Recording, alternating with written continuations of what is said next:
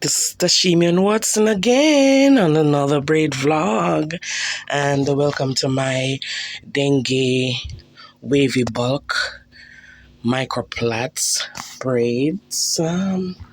Just doing this for a regular old client of mine, and actually her mom's braidies. From I started out in the Concords, first location that I um home location that I started working. I started doing her mom's hair, and I also was doing her hair while she was growing up from school days, high school days. So I'm continuing on my cosmetology life vlog series, and as I was saying in the last vlog, you have to go back and watch that vlog.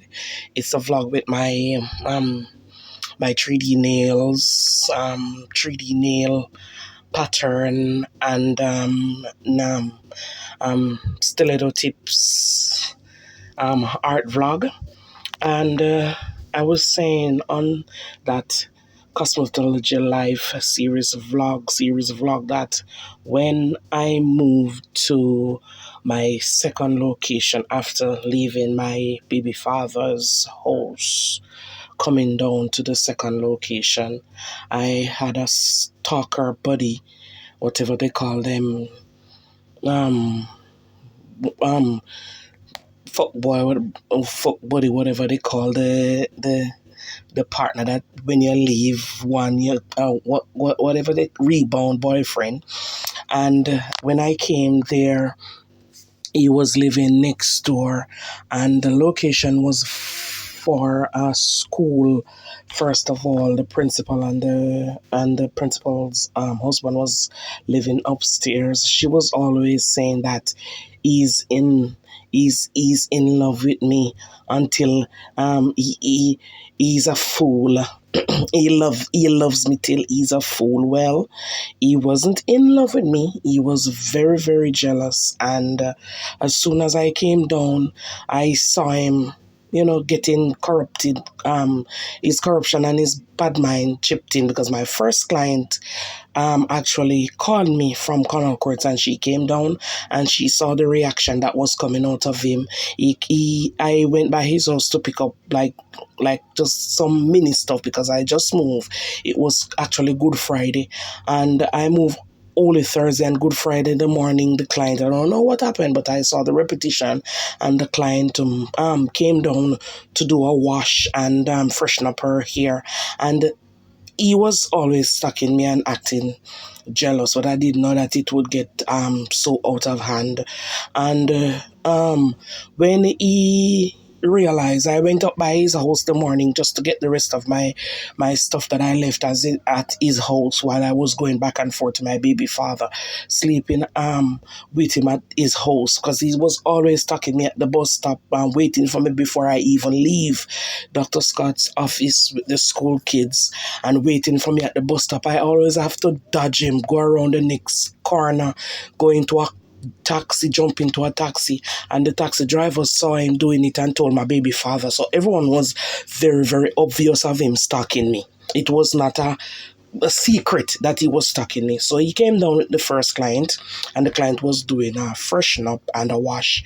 And I went up by the house early in the morning to get like my toothbrush and my stuff from his place. And because I was so near, my son didn't know. My son was there. My son didn't know that I was going next door to collect stuff from him. So I went up early in the morning, because I knew I had the client coming, and I did not want him to come by, to interrupt my work while I was doing that, and just appear upon my client. So I went up there and I told him, I said, I'm having my first client this morning, and I'm here just to pick up just my little knickknacks. So when he jumped out of bed, because he wasn't awake and he had his children there with him, he had two kids with him.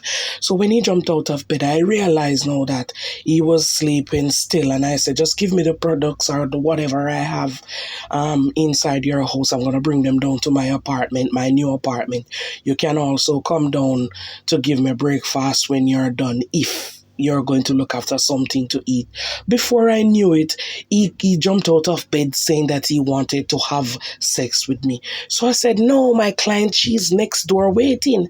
Instead of him giving me the items that I came inside of the house, or I knocked on the door to get it, he's banging on the wall and beating the wall, saying that I should come in the house to have sex on top of his kids. I didn't realize that he was a freak, a super freak.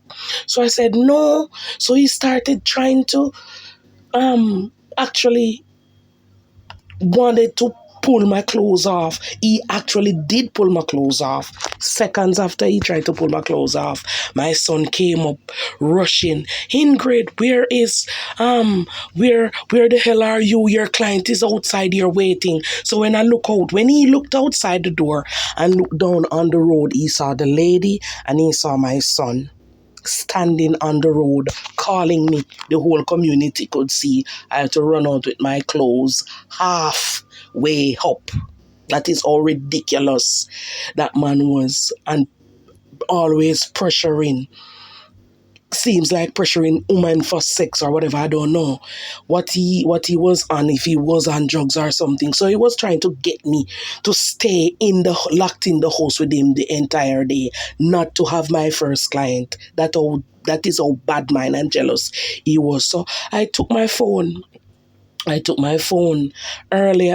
in the day. When he came by, he asked me if I wanted something to eat. I said no. He said he's looking after breakfast while my client is there working. My client is saying to me that, who is this guy? I said, it's just a friend of mine living next door. My client is saying I don't trust him. He don't look somewhat to be trusted. I said to him, what do you want? He said he's going to look after something and bring back. I said, okay, no problem. I'm going to just start up with my client and finish up fast enough so I can stop and eat. Before you know it, he came back down again, saying that he's going to bring me the whatever he has from me. And I said that, you just came down here. Why don't you leave me to my work? I said, all right, take my phone and go up and charge it. So by the time I give him the phone and he went up with the phone and charged it, I finish up, and then I finish up, and when I went back to him, I realized how stubborn and ridiculous he was. So I just took my phone and just came back into my house and got dressed and got ready and go downtown. And that's the day when my phone got missing. So I went out to do some photocopying and some printing of some flyers that I had in the past.